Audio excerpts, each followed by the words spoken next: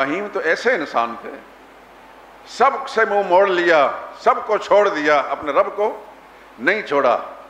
تو اللہ نے اپنے آخری پیغمبر سے اعلان کروایا، یوں کہہ دیں دیناً قیاماً، سیدھا دین، صحیح دین، ملت ابراہیم، جو مذہب ابراہیم کا۔ کون ابراہیم؟ حنیفہ، جو یکسو ہونے والے تھے، ساری دنیا کو چھوڑ کر اپنے رب کے ساتھ جوڑنے والے تھے۔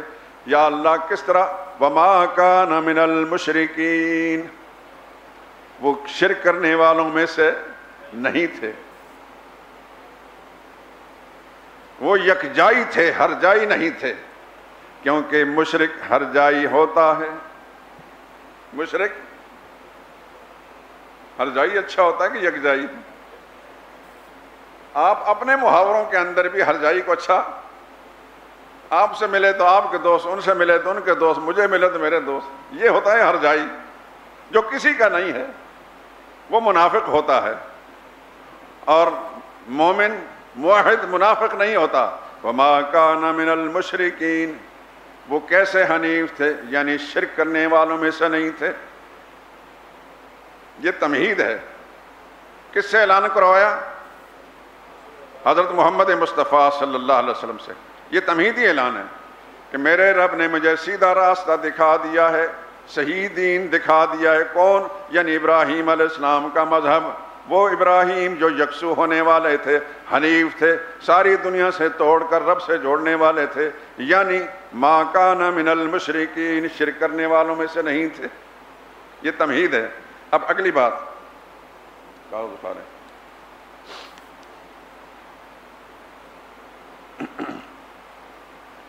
قل ان صلاتی، یہ دوسرا اعلان انہی الفاظ سے، قل ان صلاتی، کہہ دیں میری نماز بھی، میری نماز بھی۔ جب نماز کا لفظ سنیں تو ذہن میں کیا نقشہ آتا ہے؟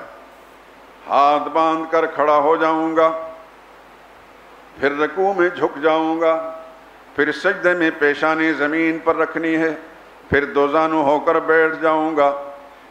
یہ نماز کا حقہ ہے، ایک ڈھانچہ ہے۔ قل ان صلاتی، کہہ دیں کہ میری نماز بھی، یعنی ہاتھ باندھ کر بھی صرف اللہ ہی کے سامنے کھڑا ہونا ہے، کسی اور کے سامنے نہیں۔ رکوع کی شکل میں بھی اللہ ہی کے سامنے جھکنا ہے، کسی اور کے سامنے نہیں۔ پیشانی بھی اللہ کے سامنے رکھنی ہے، کسی اور کے لیے نہیں۔ اور دوزانو ہو کر بھی اللہ کے دربار میں بیٹھنا کسی اور کے لیے نہیں۔ نماز کی 4 حالتیں ہیں۔ ہاتھ باندھ کر کھڑے ہونے کے لائق بھی کوئی اور نہیں، رکوع کی شکل میں جھکنے کے لائق بھی کوئی اور نہیں، پیشانی زمین پر رکھ کر سجدے کے لائق بھی کوئی اور نہیں، اور دوزانو ہو کر کسی کی یاد میں، کسی کے خیال اور دھیان میں بیٹھنا بھی کسی اور کے لیے جائز نہیں۔ ان صلاتی، میری نماز، ونسکی، میری قربانیاں بھی، میری قربانیاں بھی، قربانی کا دن ہے آج، ومحیایا، اور میری پوری زندگی، ومماتی، اور میری موت، میرا جینا بھی میرا مرنا بھی، للہ، صرف اللہ ہی کے لیے، للہ، صرف اللہ ہی کے لیے۔ کون اللہ؟ رب العالمین، جو پالنے والا ہے سارے جہانوں کا، لا شریک لہو، جس کا کوئی شریک نہیں، ذات میں بھی کوئی شریک نہیں، صفات میں بھی کوئی شریک نہیں، اختیارات میں بھی اس کا کوئی شریک نہیں، اس کے حقوق میں بھی کوئی شریک نہیں۔ یہ تو مسئلہ سمجھے ہوئے آپ کہ نہیں سمجھے؟ اگر مسجد شہداء کی اینٹوں سے اور اس کی دیواروں سے کوئی پوچھ سکے اور اللہ ان کو بولنے کی قوت گویائی دے دیں تو ہر دیوار اور ہر اینٹ بول کر بتائے گی کہ یہاں یہ مسئلہ سمجھایا گیا ہے کہ اللہ کی ذات میں بھی کوئی شریک نہیں، اس کی صفات میں بھی کوئی شریک نہیں، اس کے اختیارات میں بھی کوئی شریک نہیں، اور اس کے حقوق میں بھی کوئی شریک نہیں۔ لا شریک لہو، اس کا کوئی شریک نہیں۔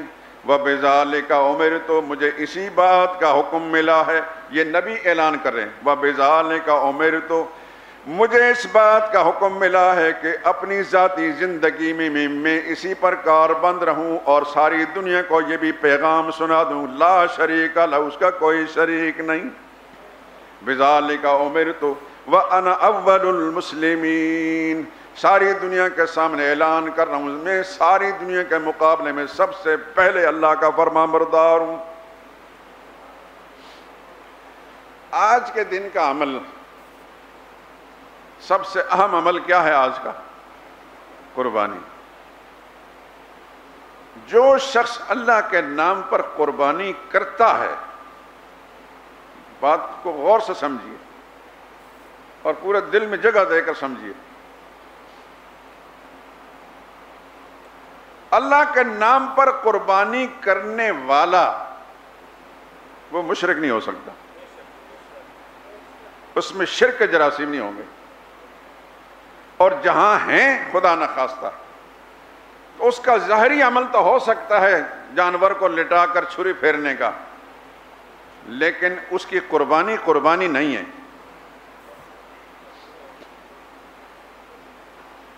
اس کی قربانی قربانی نہیں ہے۔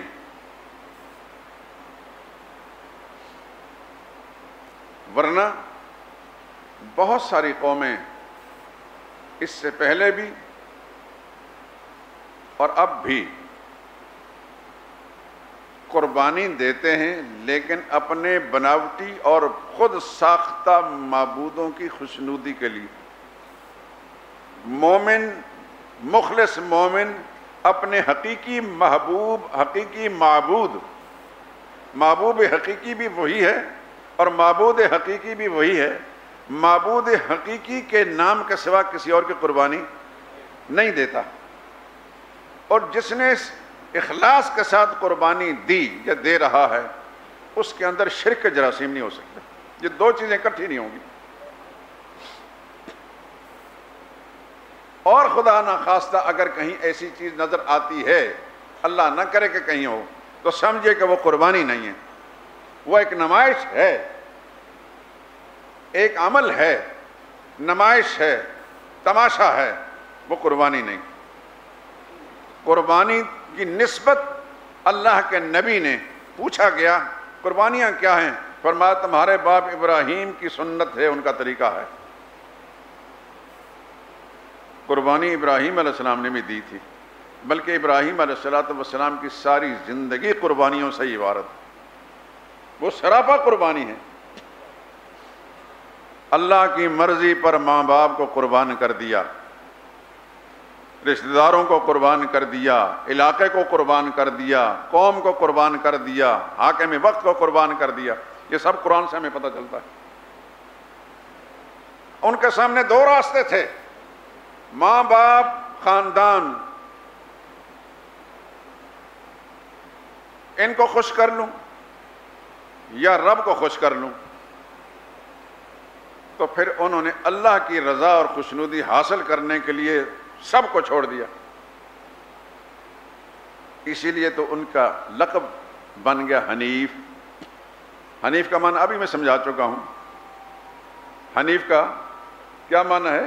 سب کو چھوڑ کر اللہ سے جوڑنے والا، سب کو چھوڑنے اور اللہ سے جوڑنے والا، یہ معنی ہے حنیف کا۔ یہ آسان سا لفظ میں نے استعمال کر لیا۔ عام طور پر ترجمے میں اس کا معنی یکسو لکھا ہے، لیکن عام اردو خوان یکسو کا معنی نہیں سمجھے گا۔ سو تو کہتے ہیں طرف کو، فارسی زبان میں ہے، یک کا معنی ایک طرف کے ہونے والے، لیکن تب بھی بات کھلتی نہیں جب تک ان الفاظ کے ساتھ نہ کہا جائے کہ سب کو چھوڑ کر، سب سے منہ موڑ کر اللہ سے جوڑنے والا، اس کو کہتے ہیں حنیف۔ تو ابراہیم علیہ السلام جو حنیف تھے، قربانی تو ان کی یادگار ہے، ان کی سنت ہے، اور وہاں تو شرک نام کا کوئی ایک جرثومہ بھی نہیں تھا۔ توحید کی خاطر تو اپنے آپ کو آگ میں ڈال دیا۔ پتا ہے نا آپ کو کیا نہیں پتا؟ تھوڑا تھوڑا سارے لاتے ہیں، لگتا ہے کہ کوئی شک ہے۔ آگ میں کون کود گیا تھا اللہ کی توحید کی خاطر؟ ابراہیم خلیل اللہ علیہ السلام۔ سیٹ لینے کے لیے، کرسی لینے کے لیے، رشتہ لینے کے لیے، جائیداد لینے کے لیے، پیسے لینے کے لیے، صرف اللہ کی وحدانیت کی خاطر قوم نے کہا حرقوہ، ان کو آگ میں ڈالو، وانصروا آلہتکم، اپنے خداؤں کی مدد کرو۔ قرآن میں موجود ہے ابراہیم خلیل اللہ کو آگ میں ڈالا گیا، ڈالا گیا کہ نہیں ڈالا گیا؟ اس میں کوئی شک ہے؟ میں اور آپ جلتی آگ میں انگلی 1 منٹ کے لیے رکھ سکتے ہیں؟ قصدن ارادتن، پتہ ہے کہ یہ جلانے والی ہے، 1 منٹ کے لیے انگلی رکھ لیں گے کسی انگارے پر، کسی شعلے کے اندر؟ ابراہیم علیہ السلام کو پتھر کے بنے ہوئے تھے، کون سا مفاد لینے کے لیے ابراہیم علیہ السلام نے یہ آگ میں چھلانگ لگائی؟ اس کے بعد مجھے بڑی حکومت مل جائے گی، بہت بڑی جائیداد جاگیر مل جائے گی، بہت اربوں روپے مل جائیں گے، عہدہ مل جائے گا۔ کس لیے آگ میں چھلانگ لگائی؟ اللہ کی وحدانیت کا کلمہ بلند کرنے کے لیے، اس نظریے کو قائم رکھنے کے لیے۔ اللہ نے فرمایا وہ حنیف تھے، ابراہیم کی صفت کیا ہے؟ وہ حنیف تھے۔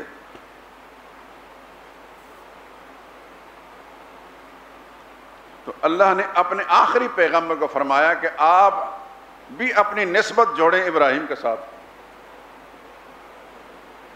قرآن کریم میں جا بجاب آپ تلاوت کا فَاتَّبِعْ مِلَّةَ ابراہیم، آپ بھی ملت ابراہیم کے پیروکار بن جائیے۔ وَمَا كَانَ مِنَ الْمُشْرِكِينَ، ابراہیم علیہ السلام مشرکین میں سے نہیں تھے۔ بار بار اللہ فرماتے ہیں اپنے نبی کو ابراہیم کے نقش قدم پر چلو۔ کیا مطلب؟ شرک کی گنجائش نہیں ہے، کیونکہ ابراہیم علیہ السلام کے دین میں شرک کی گنجائش نہیں تھی۔ توحید کی خاطر باپ کو چھوڑا، توحید کی خاطر ماں کو چھوڑا، توحید کی خاطر رشتہ داروں کو چھوڑا، توحید کی خاطر وطن کو چھوڑا، توحید کی خاطر حکومت کو چھوڑا، توحید کی خاطر قوم کو چھوڑا، اور توحید کا کلمہ سر بلند رکھنے کے لیے بت خانے میں داخل ہو کر بتوں کو توڑا۔ یہ پتہ ہے نا آپ کو کہ نہیں؟ یار کم از کم مسجد شہداء کے نمازی تو سارے لا لیا کریں۔ کوئی باہر کسی علاقے میں بات کرتا تو شاید لوگوں کو پتہ نہ چلتا، اس لیے کہ مولوی صاحبان ہر مسئلہ بیان کریں گے، اس لیے بیان کریں گے۔ اس مسئلے کو بیان، اس سے مار پڑتی ہے، اس سے مخالفت ہوتی ہے، اس سے مرید گھٹتے ہیں، اس سے ہاتھ ملانے والے کم ہوتے ہیں، اس سے فتوے لگتے ہیں، اس سے آمدنیاں بند ہوتی ہیں، اس سے نذرانے شکرانے بند ہوتے ہیں، چندے بند ہوتے ہیں۔ اور کون اپنی آمدنیاں بند کرانا چاہتا ہے؟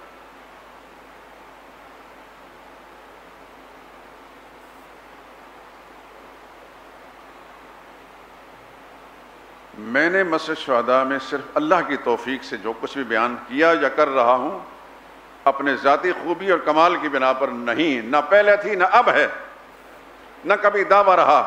یہ جو کچھ میں کہہ رہا ہوں، میرا رب میرے اندر کی کیفیت سے واقف ہے، وہ جانتا ہے۔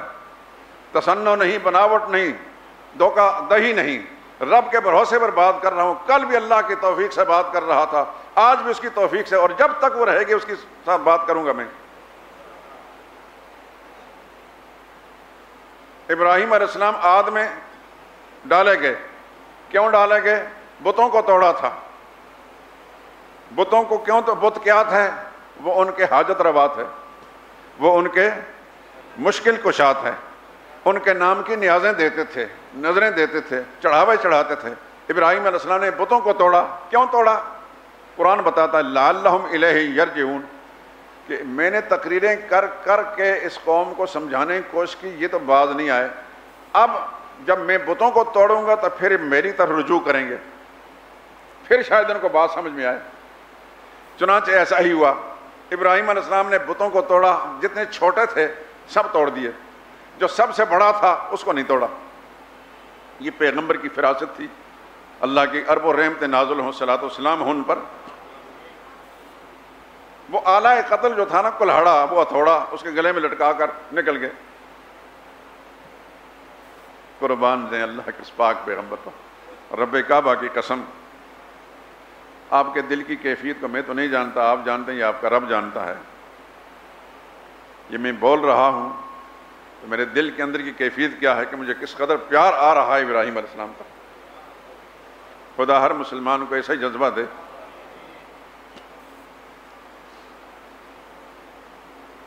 ابراہیم علیہ السلام ہوتے تو میں ان کو قدموں کو، ان کے تلووں کو کس قدر چومتا۔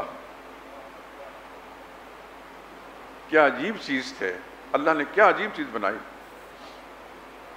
آپ سوچتے ہوں گے ابراہیم علیہ السلام کسی بڑے گدی نشین پیر کے بیٹے تھے؟ نہیں بھائی، کافر اور مشرک باپ کے بیٹے تھے۔ ابراہیم علیہ السلام کا والد مشرک تھا، نام بھی قرآن میں موجود ہے، پتہ ہے نا کیا نام ہے؟ آزر۔ آزر، حمزہ زبر آ یعنی کھڑی زبر آ، زال کی زبر اور را، آزر، یہ قرآن کریم نے نام بتایا۔ یہ تھوڑا سا جملہ میں نے اس لیے بڑھا دیا کہ بہت سے مولوی، اللہ ان کو ہدایت دے، یہ کہہ دیا کہ اللہ ان کو ہدایت دے، جو قرآن کے خلاف بات کرتا ہے اللہ اس کو ہدایت دے، تو یا اس سے اللہ اس معاشرے کو پاک کر دے، دو ہی باتیں ہیں۔ قرآن کے صراحتاً خلاف کہیں گے کہ آزر ابراہیم علیہ السلام کا باپ نہیں تھا۔ اللہ کہتے ہیں اذ قال ابراہیم لأبیہ آزرا، ابراہیم علیہ السلام نے اپنے باپ آزر سے بات کی، کہتے ہیں آزر ان کے باپ نہیں تھے۔ جسارت کی حد ہو گئی ہے، اتنی دیدہ دلیری قرآن کے صراحتاً خلاف، اور کہے گا یہ مولوی ہے، یہ پیشوا، اور لوگ اس کے ہاتھ چومیں گے۔ ہمارے استاد حضرت شیخ القرآن رحمہ اللہ فرمایا کرتے تھے اپنے زمانے میں، اگر وہ آج ہوتے، 1980 میں ان کا انتقال ہوا ہے، اس کے بعد 35 سال ہو گئے، آج ہوتے تو پتہ نہیں کیا ان کی کیفیت ہوتی ہے رنج و علم کی۔ اس زمانے میں کہا کرتے تھے کہ مجھے اقتدار حکومت ملے گی نہیں، ایک دن کے بھی حکومت مجھے مل جائے، ان تمام باطل پرست مولویوں اور پیروں کو جہاز میں بٹھا کر سمندر میں غرق کر دوں ان کو، تاکہ یہ قوم جو ہے آنے والی نسلیں ان کا عقیدہ اور ایمان بچ جائے۔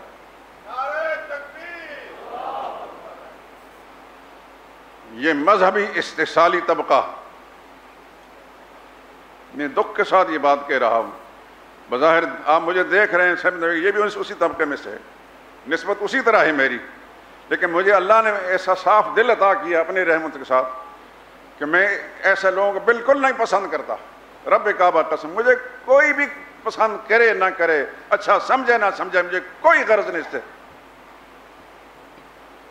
میری طبیعت اللہ نے مزاج ایسا بنایا، لیکن میں کسی ایسے شخص کو جو مسلمانوں کا مذہبی استحصال کرتا ہے، جو معاشی استحصال کرنے والے ڈاکوؤں سے کبھی میں دشمن ہوں، اور مذہبی استحصالی طبقے کا بھی دشمن ہوں۔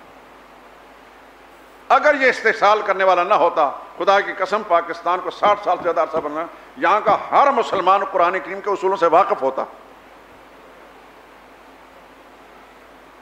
اب جب میں کوئی بات پوچھتا ہوں آپ حضرات سے تو دل کے اندر ایک رنج سا ہوتا ہے کہ کیوں میرا مسلمان بھائی جو میرے سامنے بیٹھا ہے اس کو بات کا کیوں پتہ نہیں چل رہا؟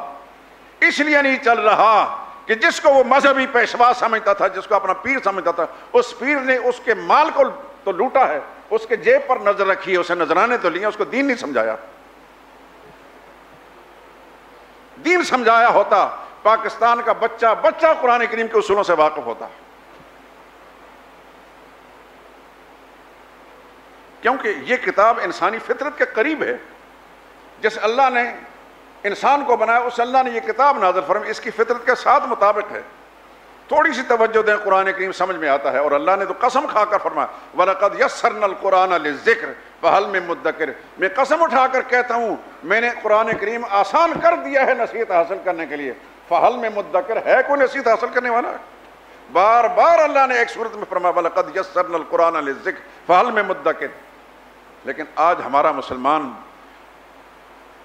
ایک طبقہ ایسا بھی ہے کہ جو قرآن کریم کی جلد سے باہر تو شاید اس نے دیکھا، اندر کھول کر اس نے ورق پلٹ کا بھی نہیں دیکھا۔ ایک بڑی تعداد ایسے مسلمان کہلانے والوں کی ہے جنہوں نے قرآن کریم کا ایک حرف بھی نہیں دیکھا.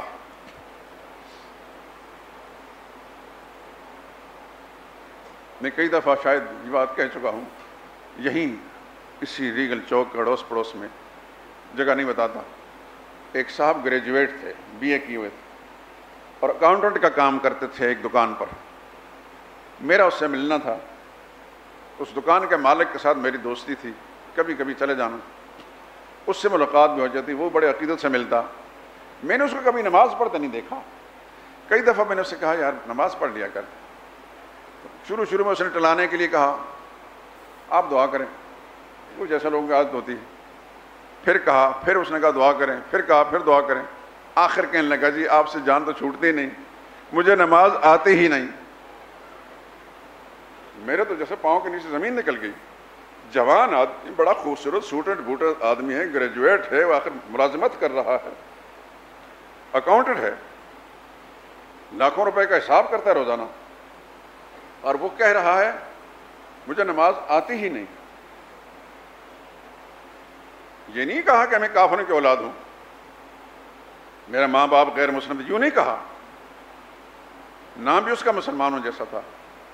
میں سوچ میں پڑ گیا یا اللہ، ایک جوان آدمی ہے، پڑھا لکھا ہے، پاکستانی، یہاں سکولوں میں پڑھا ہوگا، کالجوں میں پڑھا ہوگا، یونیورسٹی تک پہنچا ہوگا، گریجویٹ ہے، شاید اس سے آگے بھی اس نے کچھ کورس کیا ہوں، لیکن وہ کہتا ہے مجھے نماز نہیں آتی. کیا اس کے ماں باپ نہیں تھے؟ زمین سے گھاس کی طرح اگ گیا وہ؟ کیا سکولوں کے اندر اساتذہ نہیں تھے؟ کیا کالج کے اندر پڑھانے والا استاد نہیں تھا؟ کیا محلے کی مسجد کے امام نہیں تھا؟ کس کو الزام دوں؟ ماں باپ کو، محلے کے مسجد کے امام کو، سکول والے کو، کالج والے کو، یا حکام وقت کو؟ کس کو الزام دوں میں؟ کون اس کا مجرم ہے کہ ایک جوان مسلمان ہے اور وہ دنیاوی معاملات میں بہت یکتا ہے اور چلتا پرزا ہے، لیکن اس کو نماز نہیں آتی؟ اس طرح کی ان گنت مثالیں میرے دوستوں آپ کو ملیں گی. تھوڑا ٹٹول کر دیکھیے ذرا، اس جذبے کے ساتھ ایک ایک آدمی کو ٹٹولیے. نماز آتی ہے، اسے ذرا ثنا اور سورہ فاتحہ سن لیجئے، اور اگر اس نے الفاظ پڑھ لیے تو تیری مہربانی ذرا ترجمہ تو سنا دیجئے، انشاءاللہ نتیجہ سامنے آ جائے گا. یہ سب مسلمان کہلاتے ہیں، مسلمانوں کی اولادیں ہیں، مسلمان خاندان سے تعلق رکھتے ہیں، مسجدوں میں بھی جاتے ہیں. کیوں مسجد والا نے اس کو دین عقیدہ توحید کیوں نہیں سمجھایا؟ کیوں نہیں اس نے اس سے پوچھا کہ تمہیں نماز کے فرائض واجبات سنن مستحبات آتے ہیں کہ نہیں آتے؟ کیوں اس نے جا کر مسجد کے امام سے یہ مطالبہ نہیں کیا کہ مجھے نماز کے مضمون سکھائیے؟ ایک مسلمان ہونے کے حیثیت سے، تاکہ میں مسلمان جیوں اور مروں تو مسلمان کی موت سے مروں. یہاں ترجیحات بدل گئی ہیں میرے دوستو، میں صحیح بات کہتا ہوں، ترجیحات بدل گئی ہیں. میری طرح کے دیوانے کی بڑھ ہانکنے والے یا پاگل، معاشرے کے مزاج کے مطابق پاگل بہت کم ملیں گے آپ کو. ایسے مولوی ملیں گے جو صلح کلی ہوں گے، ایسی باتیں کرو جو سب لوگ پسند کریں، صدقے یا رسول اللہ، واہ واہ، سر دھونے، زندہ باد کے نعرے لگانے والے. لیکن میرے دوستو، آخر مرنا ہے، اللہ کے سامنے جانا ہے. اللہ نے ہر ایک سے پوچھنا ہوگا، مجھ سے پوچھا جائے گا. جتنے انسان پہلے مخاطب تھے ان کو عقیدہ سمجھایا کہ نہیں سمجھایا؟ میرا رب مجھ سے ضرور پوچھے گا. نہ آپ نے آ کر قبر میں میرا حال پوچھنا، نہ کسی میرے ماں باپ نے رشتہ دار نے پوچھنا. تنہا میں لیٹا ہوں گا اور میرا رب مجھ سے پوچھے گا. اس طرح آپ حضرات میں سے جب بھی اللہ کی طرف بلاوا آ گیا تو پوچھنا ہے اس نے. یہ ذہن نشین فرما لیجئے. آخر میں بات ختم کرنا چاہتا ہوں. آج کا عمل قربانی یہ توحید کا ایک عکس ہے. قربانی اسی کی ہے جو موحد ہے، اور جو موحد نہیں اس کی قربانی نہیں.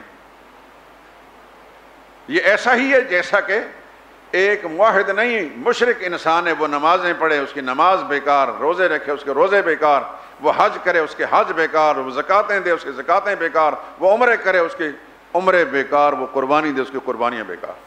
سب سے پہلے اپنا عقیدہ ٹھیک کرنا پڑے گا اگر کوئی عمل اللہ کے ہاں قبول کرانا ہے. دو ہی باتیں ہیں، مخلص مسلمان ہے قربانی قبول ہے، اگر دوغلا ہے اس کی قربانی نہیں. بیکار ہے، پیسے سب بیکار چلے گئے اس کے، کیونکہ اس کو عقیدہ کا پتہ نہیں، اس کو یہ پتہ نہیں کہ یہ جانور میں کیوں ذبح کر رہا ہوں، میں اس کے گلے پر چھری کیوں پھیر رہا ہوں، گوشت کھانے کے لیے، گوشت تو ہر روز کھاتا ہے انسان، یا دوسروں کو کھلانے کے لیے انسان کھلاتا رہتا ہے، قربانی کا تو کوئی فلسفہ ہی اور ہے۔ بات وہی ہے، ابراہیم علیہ السلام حنیف تھے، یہ ان کی سنت ہے۔ حنیف کسے کہتے ہیں؟ سب سے توڑ کر اپنے رب سے جوڑنے والا، اور جس نے رب سے توڑ لیا ہے اپنا تعلق، مخلوق سے جوڑا ہوا ہے، پھر وہ موحد بھی نہیں، وہ نمازی بھی نہیں، وہ زکوٰۃ والا بھی نہیں، وہ روزے والا بھی نہیں، وہ حج والا بھی نہیں، عمرے والا بھی نہیں، وہ قربانی والا بھی نہیں۔ آج قربانی کا پہلا دن ہے، کل بھی ہے اور پرسوں بھی۔ میں ایک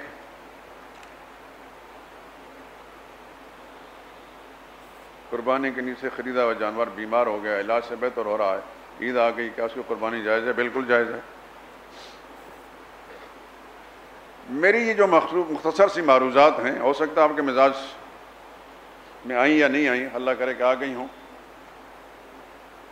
یہ چند لمحات جو باقی ہیں آج کے دن کے بھی اور کل کے، سب سے پہلے اپنے اندر کی کیفیت کو ٹٹولیے خود، کیونکہ آپ جانتے ہیں اندر کی کیفیت کو، یہ آپ کا رب جانتا ہے، دوسرا کوئی انسان نہیں جانتا کہ آپ کے نظریات، اپنے عقیدے، اپنے رب کے ساتھ اور معاملات ٹھیک ہیں، ظاہر قسمت، پھر قربانیاں بھی آپ کی ایک اقبال کے بدلے میں نیکی ہے، اور اگر عقیدے میں گڑبڑ ہے تو سب سے پہلے عقیدہ ٹھیک کیجیے۔ میں صاف لفظ میں بات کر رہا ہوں کہ مرنا میں نے بھی ہے اور آپ حضرات میں اللہ کے سامنے جانا ہے۔ باتوں کو چھپانے والا، کتمان حق کرنے والا مجرم ہے، حق کو چھپانے والا مجرم ہے، لوگوں سے ڈر کر چھپائے یا لوگوں کی مصلحت سے چھپائے یا اپنے مفادات کی خاطر چھپائے، ہر صورت میں وہ مولوی بھی مجرم ہے، وہ پیر بھی مجرم ہے، اور میں اللہ کے سامنے مجرم ہو کر مرنا نہیں چاہتا۔ میں اللہ کے سامنے اس شکل کے اندر جانا چاہتا ہوں کہ یا اللہ، تیرے فرشتے نے نوٹ کر لیا، تیرے علم میں بات آ چکی ہے کہ میں نے صاف بات کھول کر مسلمان بھائیوں کو بتا دی تھی۔ اللہ سے دعا کریں کہ اللہ قبول کر لے، اور اللہ اس بات کو دل میں بٹھا کر ہر ایک مسلمان کو اپنی سوچ کو اور اپنے عقیدہ و نظریے کو درست کرنے کی توفیق نصیب فرمائے۔